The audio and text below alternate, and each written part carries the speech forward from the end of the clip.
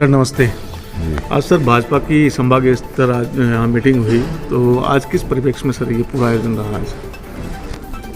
हमारी संगठनात्मक परंपरा है कि हम संगठन की जो हमारी व्यवस्था है उसमें बूथ, शक्ति केंद्र, मंडल, जिला और ज़िले के ऊपर संभाग की व्यवस्था है। तो संभाग के जितने चारों ज़िले हैं उनकी संगठनात्मक स्थिति, हमारी पार्टी की आगामी कार्य योजना और जो चुनाव है उसकी समीक्षा, तो उस पर पार्टी के सभी प्रमुख लोग और जनप्रतिनिधि ये सब शामिल थे।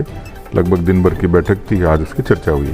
प्रदेश के सर अभी बहुत बड़ा चुनाव, अभी 90 निकायों का चुनाव आ रहा है, तो इसके अंदर अभी आगे की सर क्या तैयारी है? देखिए, हम लोग अभी पंचायती राज से फारिग हुए हैं और 12 जिला परिषदों के और चुनाव बाकी हैं। 2,41,00,000 मतदाता थे, जिसमें भारतीय जनता पार्टी को 21 में से 14 जिला परिषदों पर बहुमत मिला है और 222 में से 102 पंचायत समितियों पर हम काबिज हुए हैं। तो ग्रामीण क्षेत्र की जनता ने भारतीय जनता पार्टी को अच्छा जन समर्थन दिया है। 50 निकाय के चुनाव है, लेकिन उसमें मात्र 14 लाख मतदाता थे, उसमें 32 जगह निर्दलीयों ने बढ़त प्राप्त की थी, यानी सरकार के खिलाफ एक मैंडेट दिखता है। 91 जो अभी निकायों के चुनाव होंगे उसके लिए हमने कोशिश की है कि हम पिछले निकायों से सबक लेते हुए हमारे संगठन को थोड़ा दुरुस्त करें और इस समय शहरी निकायों में सरकार ने जो भेदभाव किया होगा उन मुद्दों को लेकर जनता के बीच में जाएं। सर किसान आंदोलन अभी चल रहा है, किसानों के हित में सर अभी भारतीय जनता पार्टी का? देखिए, जो लोग खेती की बारीकियों को जानते हैं और इस देश में जितने अभी रिफॉर्म सुधार हुए, आज़ादी के बाद में 40 साल तक अवसर मिला कांग्रेस पार्टी को। इस देश में पहली बार वाजपेयी जी ने किसानों के सुधारों की शुरुआत की, किसान क्रेडिट कार्ड के जरिए, प्रधानमंत्री ग्राम सड़क योजना के जरिए और फसल बीमा के जरिए। ये ऐसे बड़े क्रांतिकारी सुझाव थे। मोदी जी ने उनका अनुसरण करते हुए इस देश में neem coated urea, soil health card, प्रधानमंत्री किसान सम्मान निधि, इस चीज़ को आगे बढ़ाते हुए खेती, उन्नत खेती कैसे हो, नवाचार कैसे हो और छोटे किसान जो बड़ी तादाद है, 68% किसान हैं जो बहुत सीमांत किसान हैं, मध्यम वर्ग के किसान हैं, वो पारंपरिक खेती के अलावा खेती में इस तरीके कैसे तरीके अपनाएं जिससे किसानों को लाभ हो और खेती लाभप्रद हो। उसी दिशा में 3 विधेयक आए जिसमें किसान को ये आज़ादी थी कि मंडी के भीतर या मंडी के बाहर देश में कहीं भी बेच सके। इससे पहले किसान को ये आज़ादी नहीं थी।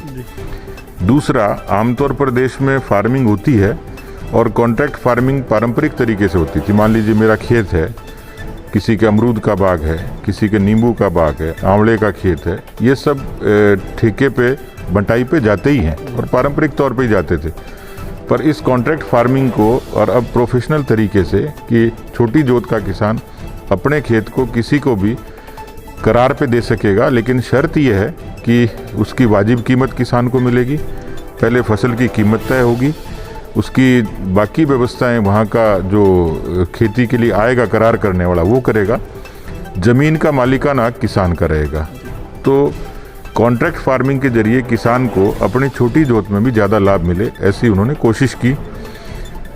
तो कुल मिलाकर इन बिलों के जरिए इस देश में किसानों को सहूलियत देने का काम किया और आज अधिसंख्यक किसान इस पक्ष में खड़े, मोदी जी के साथ खड़े हैं, क्योंकि देश का एक बड़ा भूभाग है, किसानों की एक बड़ी आबादी है, लगभग 60 करोड़ लोग खेती है इस पर निर्भर हैं।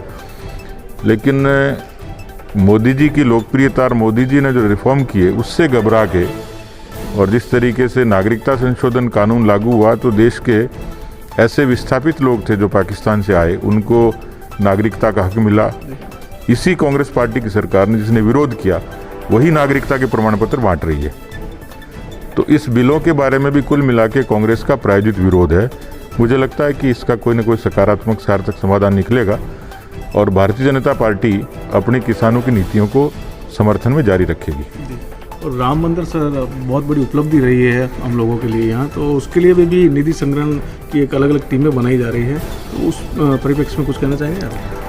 देखिए, इस देश में जो बुनियादी मुद्दों के अलावा, बुनियादी मुद्दों का समाधान मोदी जी ने किया ही है, चाहे जनधन के जरिए किया, चाहे आवास के, चाहे उज्ज्वला के, लेकिन वैचारिक मुद्दों का भी समाधान नहीं हुआ था। राम जन्मभूमि का 500 वर्षों का संघर्ष का इतिहास है, बलिदान का इतिहास है, लेकिन ये यश भी मोदी जी के हाथ ही होना था कि उन्होंने शिलान्यास किया, पूरी दुनिया ने देखा। तो मुझे लगता है कि भारत के लिए ये गौरव का विषय था कि उनकी आस्था के प्रतीक का उनके देश में इतने मान सम्मान से भव्य मंदिर बनेगा। और मंदिर के लिए मंदिर का जो ट्रस्ट है, जो संस्था है, वो पूरे देश भर में भारत के आम लोगों की जिस तरीके से शिला पूजन का कार्यक्रम हुआ और एक एक घर से शिलाएं गई, एक एक रुपया गया, उससे देश में एक सकारात्मक माहौल खड़ा हुआ, देश में जन जागरण का भाव हुआ। तो उसी तरीके से अब जो श्री राम जन्मभूमि ट्रस्ट है उसने शुरुआत की है। तो मुझे लगता है कि लोगों को भारत के लोगों की आस्था के प्रतीक के तौर पर एक उनके पसीने के परिश्रम की पूंजी से भव्य मंदिर का निर्माण होगा।